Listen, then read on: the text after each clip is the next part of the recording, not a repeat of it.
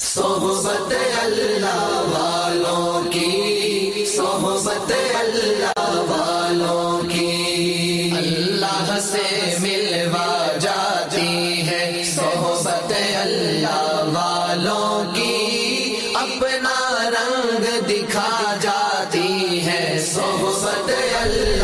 السلام علیکم ورحمۃ اللہ وبرکاتہ۔ بسم اللہ الرحمن الرحیم۔ محترم ناظرین، ضروری مسائل کا سلسلہ ہمارا الحمدللہ جاری ہے۔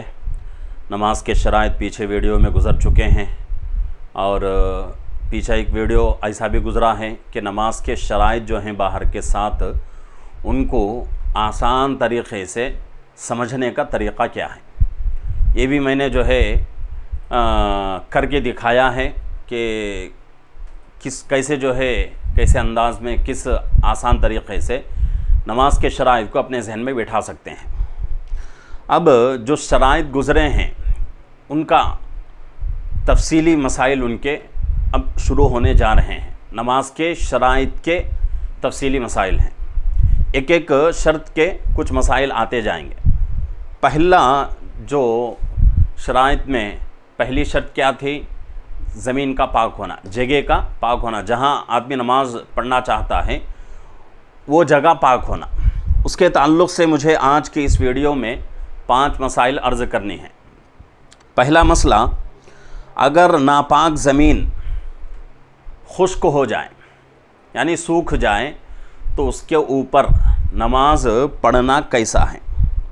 تو اس کے بارے میں یہاں جواب دیا جا رہا ہے، فقہاء کرام جواب دے رہے ہیں کہ اگر اس پر نجاست کا اثر اور بدبو ظاہر نہ ہو تو اس پر نماز پڑھنا درست ہے۔ یعنی کہ ایسی زمین جس کے اوپر نجاست گری اور نجاست سوکھ گئی، اب آدمی اس زمین پر نماز پڑھنا چاہے تو اس کے لیے شرط یہ ہے، 2 چیزیں شرط ہیں۔ ایک، ظاہری اس کی جو نجاست ہے جو پہلے سے گری ہوئی تھی وہ نہ ہو، یا پھر جو ہے اس نجاست کی بدبو اس کے اندر نہ ہو۔ یہ 2 شرائط اگر پائے نہ جاتے ہوں تو اس زمین کے اوپر نماز جائز ہو جائے گی۔ کبھی کبھی ایسا ہوتا ہے کہ نجاست ظاہر رہتی ہے لیکن سوکھ گئی ہے، بالکل سوکھ چکی ہے، ایسے کبھی کبھی اتفاق ہوتا ہے۔ تو سوکھی ہوئی نجاست، وہ چاہے وہ انسان کا پاخانہ ہو یا پھر جو ہے کسی جانور کا پاخانہ ہو، جانور میں حلال جانور ہو یا حرام جانور ہو، تو کسی بھی انسان کا یا جانور کا پاخانہ پڑا ہوا ہے اور وہ دھوپ کی وجہ سے پورا سوکھ چکا ہے، اور آدمی اس کے اوپر نماز پڑھنا چاہے، بدبو تو نہیں ہے، وہ آدمی کیا کرے گا؟ وہ سوکھی جو نجاست ہے اس کو اٹھا کے وہاں سے پھینک دے گا، پھینک کر اس کے اوپر کوئی کپڑا وغیرہ بچھا کر نماز پڑھے گا تو نماز جائز ہو جائے گی۔ اسی طریقے سے دوسرا مسئلہ، گھاس کے اوپر، تر گھاس، بھیگی خشک گھاس کے اوپر کوئی مسئلہ نہیں۔ خشک گھاس کا مسئلہ وہی ہے جو پیچھے جو مسئلہ گزرا ہے، سوکھی زمین، نجاست سے سوکھی جو زمین ہے اس زمین کے اوپر نماز پڑھنے سے نماز جائز ہو جائے گی۔ تو اسی طریقے سے سوکھے گھاس پر بھی اگر آدمی نماز پڑھے تو نماز ہو جائے گی، الا یہ کہ اس کے اوپر بھی یہ چیز غور کرنے کی ہے کہ اس سوکھے ہوئے گھاس پر تازی نجاست اگر نہ ہو تو کوئی مذائقہ نہیں، تو اس کے اوپر جو ہے نماز ہو جائے گی۔ ہاں، اگر تر گھاس ہے، بھیگی گھاس ہے اور سمجھ میں نہیں آ رہا ہے کہ اس بھیگی گھاس میں نجاست ہے یا نہیں، ہوگی یا نہیں، اس کے بارے میں اندیشہ ہے، تو اس کے اوپر نماز پڑھنا کیسا ہے؟ تو اس کے بارے میں فقہاء کرام فرماتے ہیں کہ بھئی اگر شک ہے تو نماز نہ پڑھنا بہتر ہے۔ شک نہیں ہے، آدمی کو یقین ہے کہ بھئی یہ جو بھیگاپن ہے یہ بارش کے پانی کی وجہ سے یا کسی آدمی نے پانی ڈال دیا ہو تو اس کی وجہ سے یہ گھاس بھیگی ہوئی ہے، تو اگر ہمیں یقین ہے اس کے اوپر نجاست نہیں ہے تو پھر کوئی مذائقہ نہیں، تر گھاس کے اوپر بھی ہم نماز پڑھ سکتے ہیں۔ اسی طریقے سے تیسرا مسئلہ، ناپاک زمین پر کپڑا یا चटाई बिछाकर नमाज पढ़ सकते हैं या नहीं। नापाक ज़मीन है और अभी नापाकी ताज़ी है, उसके ऊपर जो नजासत पड़ी हुई है वो अभी ख़त्म नहीं हुई, सूखी नहीं बल्कि वैसी ही ताज़ी है, और उस ज़मीन के ऊपर कोई कपड़ा या हसीर वग़ैरह बिछाकर नमाज़ पढ़ सकते हैं या नहीं। तो इसके बारे में फ़ुक़हा किराम फरमाते हैं कि अगर नापाक ज़मीन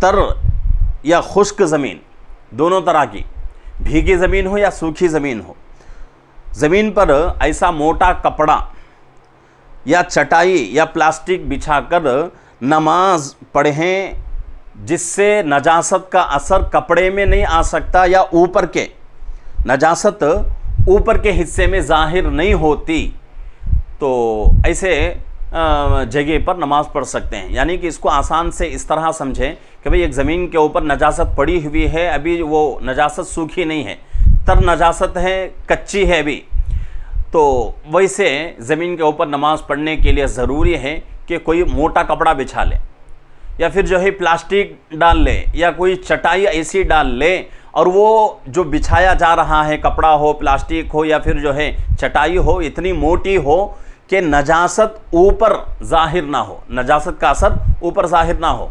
असर किसको कहते हैं? बज़ाते खुद नजासत एक, दूसरी चीज़ बदबू। तो ये दो चीज़ें ऊपर ज़ाहिर ना हो तो चटाई बिछाकर, मोटा कपड़ा बिछाकर नापाक ज़मीन पर भी नमाज पढ़ सकते हैं। लेकिन बेहतर ये है कि भाई नमाज मोहतम बिशान इबादत है, उसके लिए पाक ज़मीन का ही इंतखाब करें, पाक ज़मीन तलाश करके उसके ऊपर नमाज पढ़ने की कोशिश करें। इसी तरीक़े से चौथा मसला, नापाक ज़मीन है लेकिन आदमी के पास कोई कपड़ा है, ना ही कोई चटाई है, ना ही कोई प्लास्टिक है, कुछ भी नहीं, बस आदमी के पास एक शीशा है। शीशा किसको कहते हैं? कांच का जो होता है, जो आम तरीक़े से घरों में जिससे है ना शोकेश वग़ैरह बनाते हैं, वो अगर वो नापाकी के ऊपर बिछा कर उसके ऊपर नमाज पढ़ना चाहे तो क्या नमाज जायज़ है या नहीं? तो इसके बारे में फ़ुक़हा फरमाते हैं कि भाई गिलास जो होता है मोटा होता है, और दूसरी बात यह है कि नजासत का असर उस गिलास में नहीं आ सकता, उस कांच में वो नजासत का असर नहीं आ सकता। तो इसलिए हाँ, अगर ज़ाहिर में गिलास के ऊपर से नीचे की नजासत नज़र आ रही है फिर भी उसके ऊपर कांच गिलास डालकर उसके ऊपर नमाज़ पढ़ना चाहें तो भी नमाज हो जाएगी, ऊपर का हिस्सा आपका पाक रहेगा।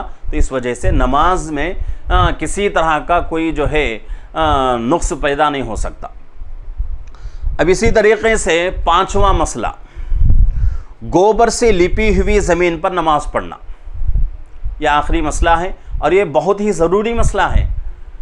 बहुत सारे क़रियों में क्या होता है कि हिंदू लोग तो अपने घरों में जो है जिन घरों में ज़मीन मिट्टी की होती है, जिसके ऊपर कोई जो है पत्थर वग़ैरह बिछाया नहीं जाता, आम तौर से क़रियों में होता है। ये क़रियों में कच्ची जो ज़मीन होती है, मिट्टी वाली जो ज़मीन होती है, उसके ऊपर गोबर का लीप करते हैं वो लोग, तो उनको देखकर मुसलमान भी करते हैं उस पर। तो ऐसी ज़मीन के ऊपर नमाज होगी या नहीं? तो यहाँ बताया जा रहा है कि अगर ज़मीन को पहले गोबर से लीपा गया हो और बाद में पाक मिट्टी उस पर इतनी मिक़दार में लीप दी कि गोबर बिल्कुल छुप गया और उसकी बदबू वग़ैरह ऊपर से महसूस नहीं हो रही है, तो उस जगह नमाज पढ़ना जायज़ है। तो दोनों चीज़ें आ गई हैं, जो दो शराइत हैं असल में बुनियादी तौर पर, कि एक नजासत ज़ाहिर ना हो, दूसरी उसकी बदबू भी बाहर ना आए। पहले जो है ज़मीन के ऊपर गोबर से लीप कर दिया गया, उसके ऊपर फिर मिट्टी डालकर मिट्टी से लीप लिया गया पूरी ज़मीन, तो उसके ऊपर हम ये देखेंगे कि भाई नजासत ज़ाहिर हो रही है या नहीं, दूसरी चीज़ बदबू आ रही है या नहीं। अगर इन दोनों चीज़ों में कोई चीज़ पाई जा रही है तो उसके ऊपर नमाज जायज़ नहीं। और डायरेक्ट वो ज़मीन जिसके ऊपर गोबर का लीप किया गया हो उसके ऊपर तो नमाज बिल्कुल दुरुस्त ही नहीं रहती, चाहे वो गोबर पूरा सूख जाए, सूख गया हो गोबर फिर भी उसके ऊपर नमाज नहीं होती। इसलिए नमाज नहीं होती कि भाई नजासत अगर सूख जाए उसको खुरेच कर या उठाकर कहीं फेंक दे तो नीचे की ज़मीन पर तो नमाज हो जाएगी। लेकिन यहाँ ज़मीन ऐसी नहीं है, पूरी ज़मीन जो है गोबर से लीप दी गई है, अब उसको खुरेचने का कोई जो है मौका नहीं रहता।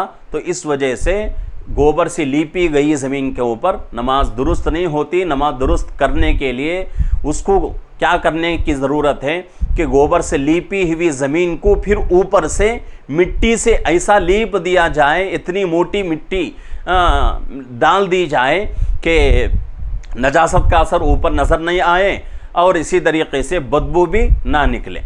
अगर ये दोनों चीज़ें नहीं पाई जाती हों तो वो ज़मीन जो ज़मीन जिसको नीचे से गोबर से लीप दिया गया हो फिर ऊपर से मिट्टी डालकर लीप दिया गया हो तो ऐसी ज़मीन पर नमाज जायज़ हो जाएगी। तो ये जो है हमारे शराइत में से पहला जो शर्त है जगह का पाक होना, उसके ताल्लुक़ से 5 मसाइल थे। इसके बाद इंशाअल्लाह आगे के जो शराइत हैं उनके ऊपर भी कुछ मसाइल हमारे सामने आएंगे, जैसा कि बदन का पाक होना और इसी तरीके से कपड़े का पाक होना, इसके ऊपर भी कुछ मसाइल हमारे सामने आएंगे। तो नाज़रीन से गुजारिश है कि नाज़रीन हमारे इस चैनल को लाइक करें, शेयर करें, सब्सक्राइब करें और हर वीडियो में मैं आपसे दरख्वास्त कर रहा हूं कि भाई ज़्यादा से ज़्यादा लोगों तक इन मसाइल को पहुंचाने की कोशिश करें। आप सिर्फ मसाइल को देख लें और ख़ामोश रह जाएं, यह काफ़ी नहीं है। आपकी ज़िम्मेदारी है कि आप क्या करें, खुद देखें और दूसरों को भी इसकी तरगीब दें, दूसरों को भी कहें कि भाई मसाइल देखो, इसके ऊपर हमें इत्मीनान हो जाएगा, हमें बहुत फ़ायदा होगा, हमें दीन के मसाइल मालूम हो जाएंगे। इस तरह दूसरों को तरगीब देकर मसाइल के वीडियोस को उनको भी शेयर करें, उनको भी देखने का मौका दें। तो इंशाअल्लाह इससे मसाइल का जो मैदान है बहुत वसी हो जाएगा और बहुत ज़्यादा तादाद में लोग मसाइल को देखेंगे, जिसके ऊपर आपको भी इंशाअल्लाह अल्लाह की तरफ से सवाब मिलेगा। अल्लाह रब्बुल इज़्ज़त से दुआ है कि अल्लाह रब्बुल इज़्ज़त हम तमाम को इन मसाइल के ज़रिए से अपनी इबादतों को मुकम्मल करने की तौफ़ीक़ अता फ़रमाए। आमीन। अस्सलामु अलैकुम व रहमतुल्लाहि व बरकातुहू।